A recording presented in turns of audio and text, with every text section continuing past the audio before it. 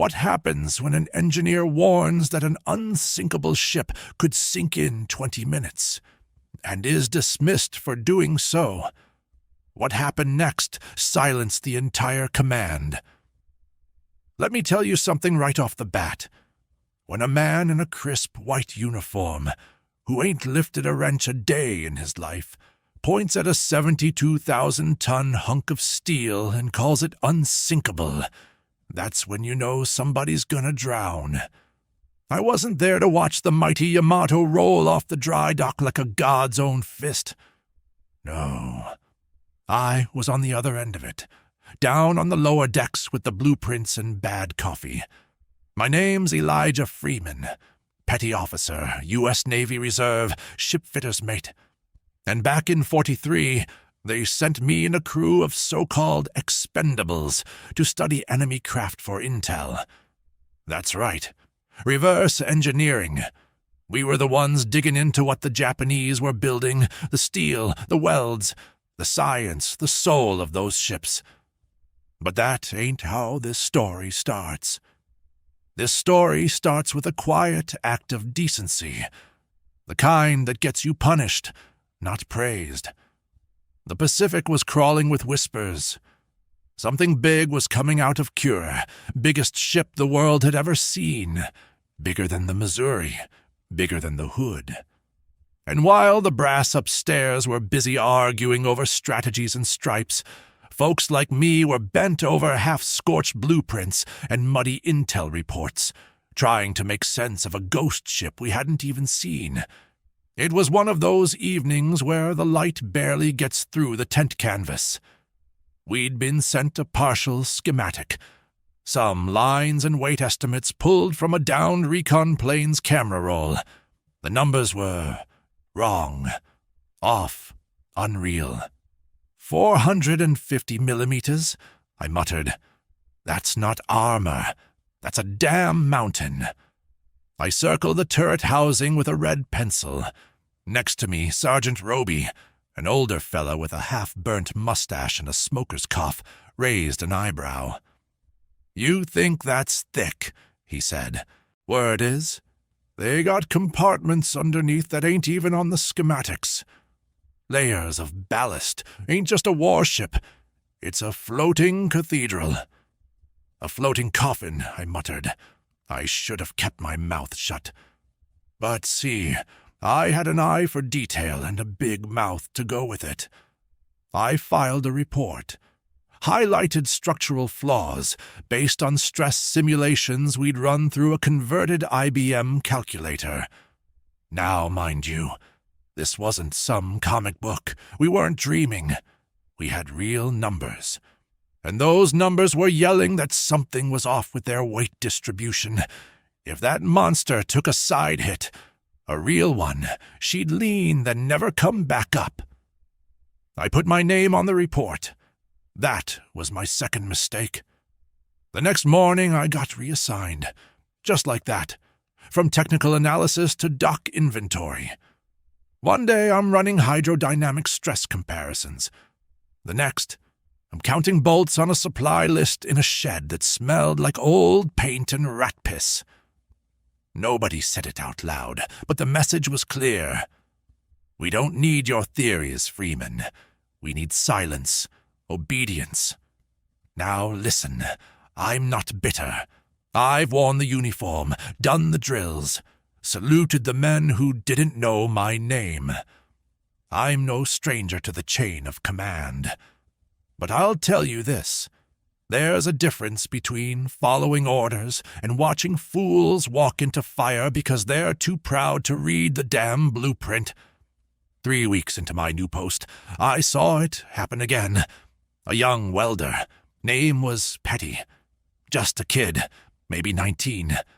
He spotted an inconsistency in a load-bearing angle on one of the outer decks of a destroyer being built for fleet support. He flagged it. Didn't make a scene, just followed protocol. Next day, gone. Shipped off to latrine duty on an island nobody could pronounce. I watched it happen and felt that slow burn in my chest. The kind you get when you know the house is on fire and they're praising the architect. See, it wasn't just the Japanese who believed in myth over math. We had our own sacred cows, our own too-big-to-fail fantasies, men who thought tradition made them bulletproof, who sneered at the engineers and techs like we were errand boys with slide rules. But here's the thing. A ship don't care what medals you wear. Steel don't salute. Gravity don't respect rank. So we watched, and we waited. Those of us in the shadows, the ones who kept their heads down and ears open. Because every day, another report came in, another whisper. Yamato has launched. Yamato is unstoppable. Yamato is the pride of the Empire. They said she couldn't be sunk. They said it like a prayer or a dare. And then something strange happened. One of our own officers, Lieutenant Carver, a sharp guy from Detroit who actually listened when people talked, pulled me aside in the mess hall. "I read your old report," he said, tapping his tray. "The one they pulled." I didn't say anything. Didn't need to. "You were right," he continued.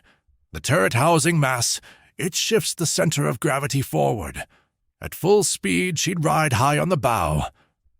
Which means," I said slowly, "she's gonna lean like a drunk on payday if they take a hit broadside." He nodded. Then he lowered his voice. "Don't tell anyone I said this. I'll deny it." That was the moment I knew. It wasn't just neglect. It wasn't just pride. It was policy. They needed Yamato to be untouchable, not because she was, but because she had to look like she was. The illusion kept people in line, gave the folks back home a reason to believe. And if a few welders, a few engineers, a few truth-tellers had to disappear to protect that illusion, well, ain't that just how empires work? What happened next changed everything. You don't want to miss how this story unfolds, because the deeper it went, the harder it hit. I still remember the sound that morning made. Not birdsong, not a bugle, just the dull, rhythmic clanging of steel on steel, hammers hitting plate, men yelling numbers over the grind of machinery, and somewhere in the back, an old radio humming a song that couldn't compete with the noise. The war wasn't in the newspapers anymore. It was in the floor, in the fingers, in the fatigue behind every tired eye on that dock. We had just received another batch of fragmented schematics pulled from damaged microfilm. The brass upstairs called it partial intelligence. I called it a puzzle with most of the pieces burned to ash.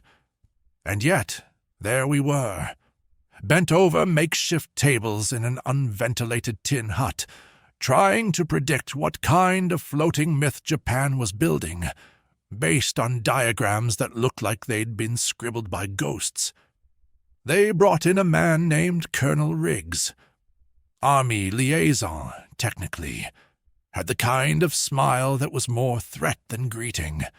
He walked like a man who believed in maps more than people. Carried a clipboard he never looked at, but tapped every 10 minutes like it was gospel. He stood at the front of the shack like he was giving a sermon. "We are not here to question enemy engineering," he said. "We are here to collect facts, not to speculate. Not to editorialize, not to dramatize." I leaned over to Carver, who'd become the only man I trusted in that whole outfit, and whispered, "Then why bring a crew of engineers if they don't want analysis?" Carver didn't smile. "Because analysis is dangerous," he muttered. "Facts make people nervous. Questions make 'em angry." That was the tone of the week. Don't dig, just document. And if you notice something that smells funny, hold your nose and move on. I should have done just that. Should have let it be. but I saw something in one of the prints, a cross-section of what looked like Yamato's port side armor configuration. Not just heavy, excessive. Steel plating on top of steel plating, layered so thick it defied balanced logic. I ran a few estimates in my notebook. If that ship took on water from a hit starboard, it wouldn't tip, it would roll. But saying that out loud, that was picking a fight with God in his own church. Still, I spoke up, quietly, respectfully, in the break room. There's an imbalance in their hull design, I told Riggs the next day. If these drawings are even 70% accurate, she's got a blind spot big enough to bury a destroyer in. He didn't even look up from his clipboard. Your job is not to interpret. Your job is to record. I clenched my jaw, tried again. Sir, I understand the chain of command, but this isn't guesswork. It's structural physics. If they overbuilt the forward batteries... Riggs slammed his pen down. You think the Japanese don't know how to build their own warships, he said. You think we're going to win this war by second-guessing enemy mistakes? No, I said calmly. I think we win by being smart enough not to make our own. That got me a meeting with command. Not the good kind. It wasn't a court-martial. It wasn't official. Just a conversation. Behind closed doors, a room with no windows, where the coffee was cold and the smiles even colder. You're passionate, said one of the officers, a clean-cut Navy type with hands too soft for wrench work. That's not a compliment. They told me I was overstepping, that my attitude was disruptive. That speculation had consequences, especially when it undermined morale. I tried to explain. Again. This isn't about ego, I said. It's about numbers. That ship is unbalanced, and if we don't account for that, you're dismissed, they said. Just like that. I didn't lose my position. Not officially. They couldn't do that.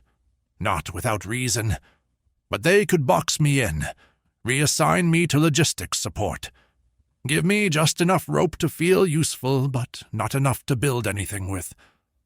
That's how they silence you without saying it out loud. You go from designing simulations to checking crates, from assessing enemy structure to watching inventory reports roll in like dust. That's where they put me. A shed near the supply docks. No blueprints, no real equipment, just columns of numbers that didn't matter, printed on paper that smelled like mildew. I still remember the moment I realized they weren't afraid I was wrong. They were afraid I was right. Meanwhile, word about Yamato kept floating through the ranks like a ghost story that somehow got more dramatic every time you heard it. 17-inch armor. Triple turrets the size of a house. Unsinkable. They kept using that word, unsinkable, like it was a prayer, not a promise. But to men like me, who knew steel, who knew pressure, who knew what happened when ego got between math and metal, that word felt like a warning. Carver visited me one night after his shift. He looked tired, beat down, sat on a crate like his bones had given up. They're ignoring all of it, he said. They don't care. I offered him a cigarette. He declined. They're not building strategies anymore, he added. They're building myths. That stuck with me, because myths don't need to float. They just need to look good before they sink. Now, here's where it got personal.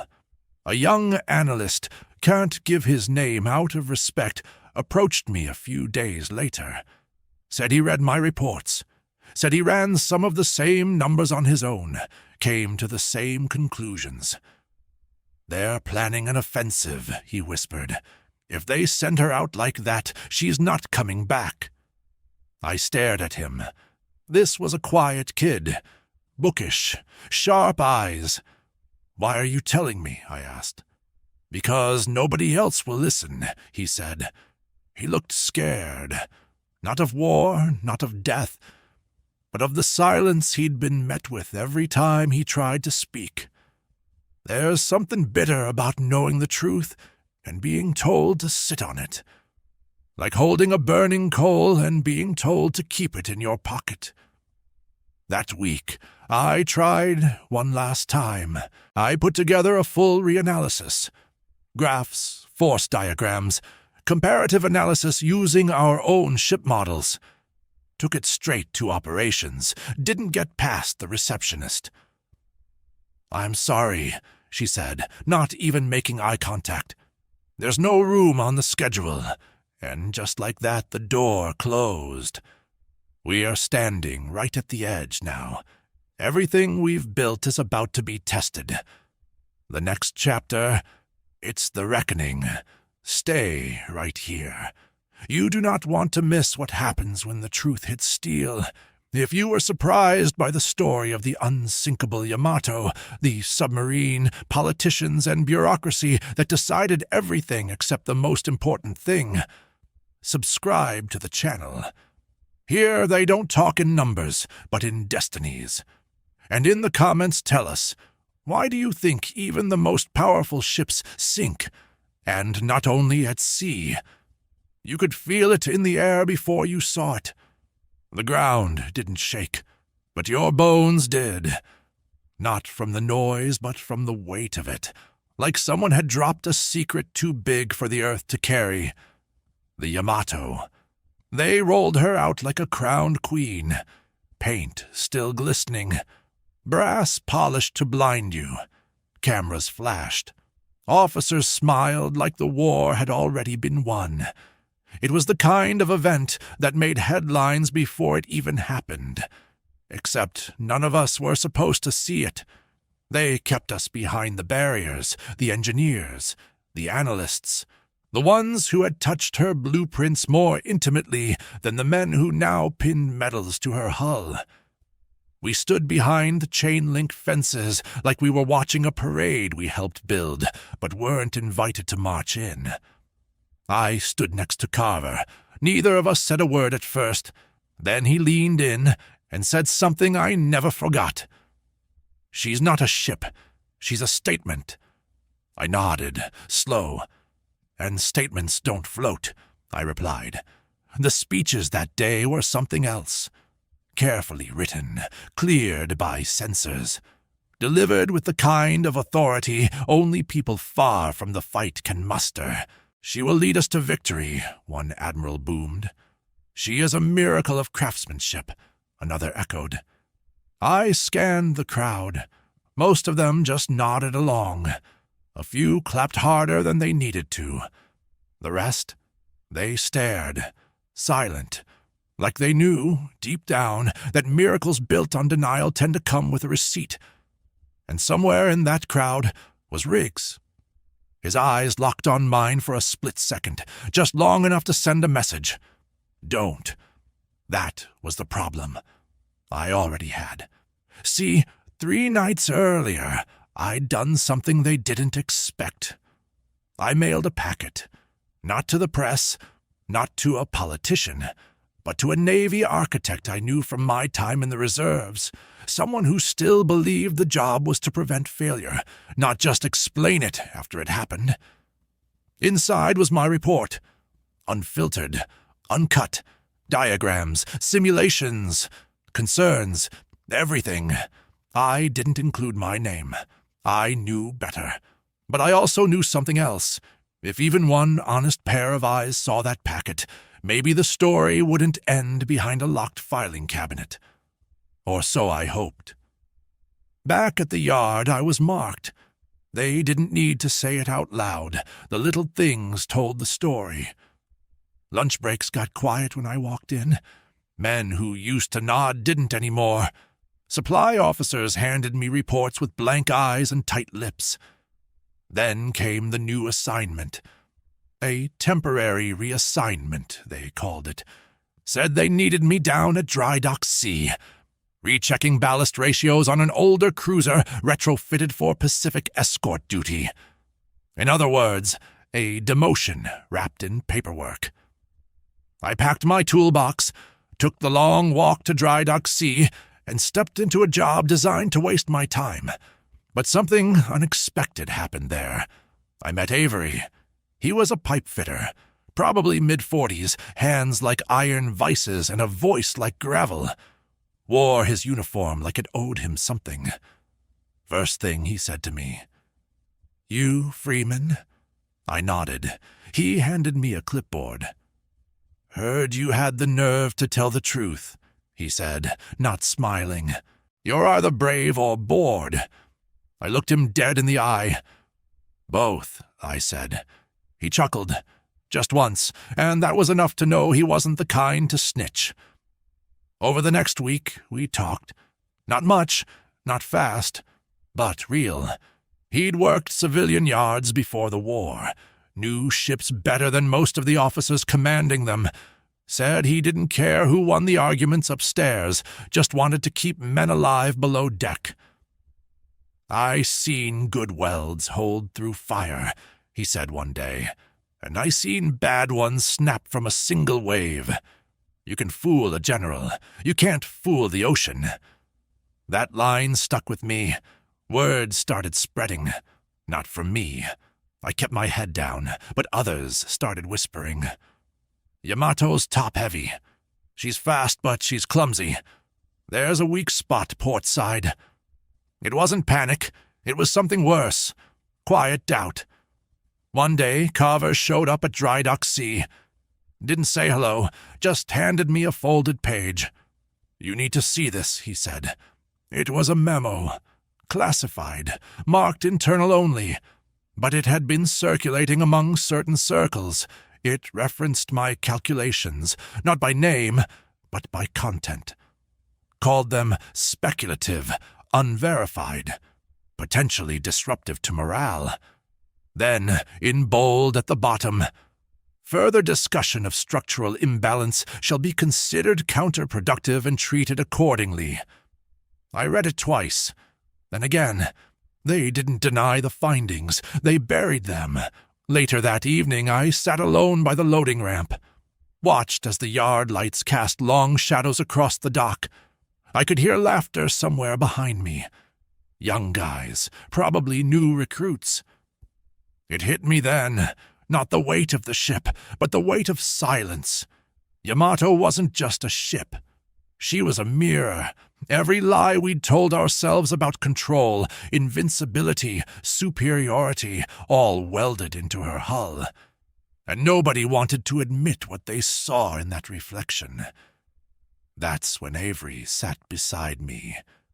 No words, just sat. After a minute, he said, "If she goes out, you think she comes back?" I didn't answer, because we both knew this moment changed everything. You've seen the system tighten its grip. Now watch what happens when it starts to crack. What comes next? It's no longer about blueprints. It's about consequences. Don't miss it. They posted the orders on a corkboard in the hallway like it was a lunch menu. Names, dates, deployment locations, printed neat and quiet, like none of it was supposed to matter to the men reading it. But it did, because somewhere halfway down that list was Yamato, and next to her name, in bold, Operation 10 Go. Nobody said the words out loud at first. They just stared, some squinted, some blinked hard like they'd read it wrong. But I didn't blink. I just felt the weight of something we all already knew. They were sending her out. Now you'd think an operation involving the largest battleship ever constructed would come with trumpet calls and fanfare. It didn't. It came with silence, sealed crates, and faces that stopped looking each other in the eye. Avery met me outside the mess later that evening. Didn't say hello. Didn't need to. "They're pushing her out for a one-way run," he said. "How do you know that?" I know what it looks like when a ship is loaded for suicide, he said. Light on supplies, heavy on ammo, no refuel logistics. That's not a mission, that's a message. I didn't ask where he got his info. A man like Avery never revealed sources. He just read the language between the lines. Inside the dockyard, movement picked up like a windstorm. Cranes swung faster. Orders got barked instead of spoken. Every man looked like he was working against a clock they couldn't see. Meanwhile, they kept us on the outside of it. Even those of us who knew her bones, who knew where the steel would sing and where it would groan, were kept off limits.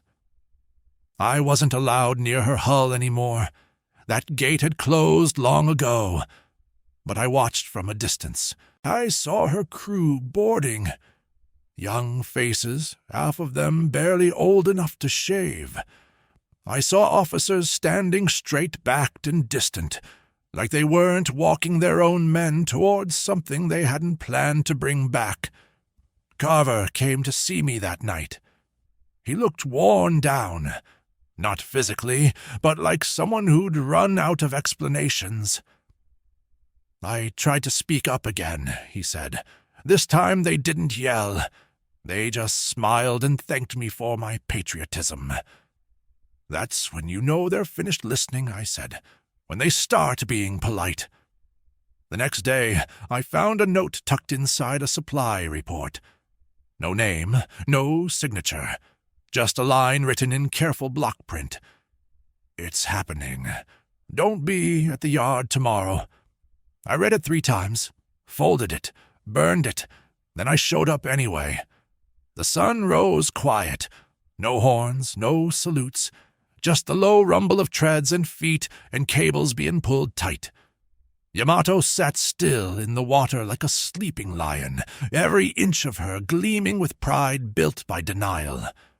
I stood in the shadow of a loading crane, far enough to stay invisible, close enough to feel the tension. They were fueling her light. Just enough for the push-out. No return path, no fallback. Avery found me there. You know what's crazy? He said. They still call it unsinkable, like that word can stop a torpedo. I didn't laugh. Neither did he. Then he added, You ever think maybe it ain't the ship they're trying to protect? Maybe it's the idea of her. That sat with me, because it was true. You see, the Yamato wasn't just a battleship. She was a symbol, a monument to pride, tradition, legacy. And what do people do when their symbols stop making sense? They double down. At noon, the dock fell silent. Orders had been issued. Final checks were cleared. The crew stood in formation, eyes forward, boots stiff. Officers walked the line like it was a parade, a ceremony nobody could call celebration. The commander gave a speech. I didn't hear all of it, didn't need to. It was the same tone I'd heard 100 times. The sound of men pretending belief was the same thing as strategy. Then came the last order. Board. And they did, without flinching, without question. Even the ones who knew, later that evening, after the ship had slipped away into the horizon, the yard felt like a tomb. The sound of clanging tools and engine roars was gone, replaced by the kind of quiet you only get when everyone's pretending they didn't just witness something permanent. I walked the perimeter alone, checked inventory we weren't going to need, signed forms nobody would read, drank coffee that tasted like rust and silence. Carver didn't come by, neither did Avery. The mess was half empty. The air felt thick. That's when I realized something I hadn't wanted to admit. We didn't just build a ship. We built a lie we couldn't back away from. And once you've sunk that deep into belief, no report, no warning, no truth is loud enough to bring you back. You've seen the ship leave the harbor. But what happens when it meets the storm we warned about? In the next chapter, it all comes to a head. Stay close. This part, it's not history, it's reckoning. They don't put clocks on the wall when history shows up. You don't hear a countdown. Nobody says, it's time now. It just happens. 22 minutes. That's all it took for the largest battleship ever built to become the ocean's memory. But let's not start at the end. Let me tell you how it felt. The morning she went silent, the shipyard was louder than ever. Not from machines, from absence. No one was talking about Yamato anymore. Not out loud. You could hear it in the way boots dragged, the way officers moved just a little faster, the way the cooks served rice like it was part of a funeral they couldn't name. I was sorting parts I didn't need, writing reports no one would read. That's when Carver walked in. He didn't sit, didn't talk, just stood in the doorway with his cap in hand. I looked up. They sent her into open water with no air cover, he said. I blinked. He continued, quiet, like every word was heavier than the last. No escorts, no retreat plan, no real support, just a straight line toward Okinawa, like she's a firework. I stood up. They knew. He nodded once. Every level. We sat for a while. No words, just the sound of the wind slapping against the loose siding of the supply shed. Finally I said, "You think they expected her to survive?" He looked me straight in the eye. They didn't even give her the chance. I won't give you battle reports. You can find those in books. They'll tell you about the planes, the American squadrons, the torpedoes, the dive bombers. You'll read about impact angles, fuel fires, the sequence of hits. But they won't tell you what it meant to the men who warned them. They won't tell you about engineers standing in boiler rooms weeks before the launch, running numbers on how a turn at full speed would shift her weight. They won't tell you how many of us sat in silence, knowing exactly how long it would take for her to roll, once the line was crossed. And they sure won't tell you how it felt when the radio confirmed it. Yamato is lost. 22 minutes. You can't even finish a lunch shift in that time. That's how long it took for years of design, secrecy, worship, and denial to meet the one truth they couldn't file away. Physics doesn't negotiate. A ship that size, with her balance, her speed, her exposed flanks. She was never built to survive the fight they sent her into. She was built to look invincible, to scare, to symbolize. And when she went down, she took more than metal. She took belief with her. The next morning, the yard was back to routine, or at least pretending. I stood by the pier, drinking the worst coffee on base, watching dockhands act like nothing happened, like Yamato hadn't become salt and silence overnight. Avery showed up mid-morning. No words at first. He just passed me a folded sheet of paper. It was a stripped version of the casualty report. Not official, just names and numbers scrawled in someone's hand. He tapped one name with his finger. Remember that kid from the inspection team? I did.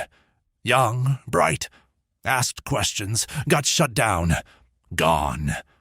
Back in the mess, someone laughed too loud. Another man snapped at the cook for short rations. You could feel the heat under the surface.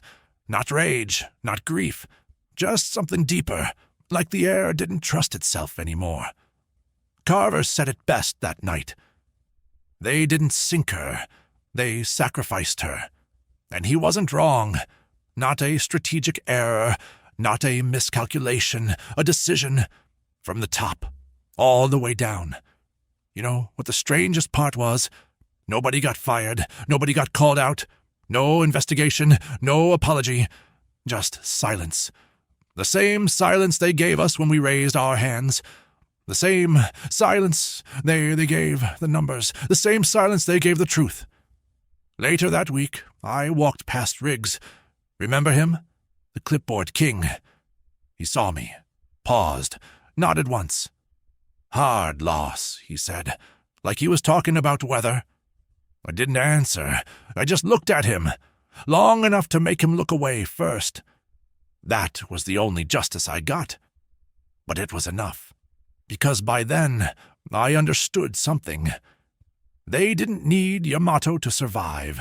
They needed her to burn bright enough for people to believe in something, even if it cost them everything. They built a monument to pride. And the ocean doesn't care about monuments. It only respects balance. This isn't just the end of a ship. It's the end of an illusion. But the story's not over. What rose from the silence afterward, and what some of us did next, still echoes. You'll want to hear how it really ends. You would think when something that big disappears beneath the ocean, the noise would echo for years. But it didn't. Yamato went down in 22 minutes, and in less than 24 hours, the official statements came out, carefully worded, clean as polished glass. Oh, loss of asset, expected engagement, heroic resistance. But behind every phrase was the same thing, a silence that weighed more than steel. Back at the dockyard, they didn't hold a ceremony, no flags at half-staff, no roll calls or names carved into stone. Just new schedules pinned up, new orders, new assignments. Like none of it had happened, Avery was gone, shipped out to another yard. Some said Korea, some said he put in for early retirement. Either way, I didn't get to say goodbye. Carver lasted another 3 weeks. He came by my bunk one evening, handed me a folded letter. No words, just a look. Inside, his resignation. I thought I could change something he'd written. But they didn't build this place to be questioned. They built it to be repeated. That was the last I heard from him. Me. I stayed. Not out of loyalty. Out of need, because I wasn't going to let them write the ending. They could spin the reports, control the press, bury the names. But they couldn't rewrite what happened in those rooms, in those yards, in those quiet conversations with men who knew better and still got shut down. So I did what they didn't expect. I remembered, I documented, and I talked quietly, carefully, to the next wave. It started small. A new welder named Miller came on rotation. Young, sharp, respectful. One of those who paid attention more than he spoke. I noticed him checking over a ballast calculation twice, even though his orders said it was already cleared. "You double-checking command math now?" I asked, half grinning. He didn't smile. "Not trying to cause problems," he said. "Just want to sleep at night." I nodded. "Good habit," I said. "Might keep somebody alive." That's how it began. Not with rebellion, but with responsibility. The system didn't change overnight. Most of the people who made the big decisions, they got promoted. That's how the machine works. Reward the speech, not the substance. But over time, things started to shift. Not because someone at the top had a change of heart, but because folks on the ground stopped pretending they didn't see the cracks. People started asking better questions, started trusting the math more than the myth. And when that happened, the Yamato didn't just sink. The illusion did too. A few years later, I visited a small museum down south. They had a Yamato exhibit, just models mostly, scale replicas, timelines, a brass plaque with words like ambition, honor, and legacy. There was nothing about the warnings, nothing about the engineers who were silenced, nothing about the one-sided mission with no return fuel. But in the corner, tucked behind a display of shell casings, there was a faded diagram. Old. Smudged. It was mine. My original weight distribution analysis. No credit. No frame. But it was there. I stood and looked at it for a long time, not with pride, with clarity. Because here's the truth, plain and quiet. We don't build things just with our hands. We build them with our beliefs. And sometimes we build them wrong. Not because we didn't know better, but because someone told us not to say it out loud. The Yamato was never supposed to survive. Not the ocean, not the lies around her. But the men who saw her clearly, who did their jobs, sounded the alarms and kept showing up anyway. We're the reason the next ship didn't fall the same way. That's not glory. That's responsibility. And it's heavier than any battleship. So if you took anything from this story, let it be this. History doesn't change by accident. It changes when someone stays behind, keeps the light on, and refuses to let the truth sink.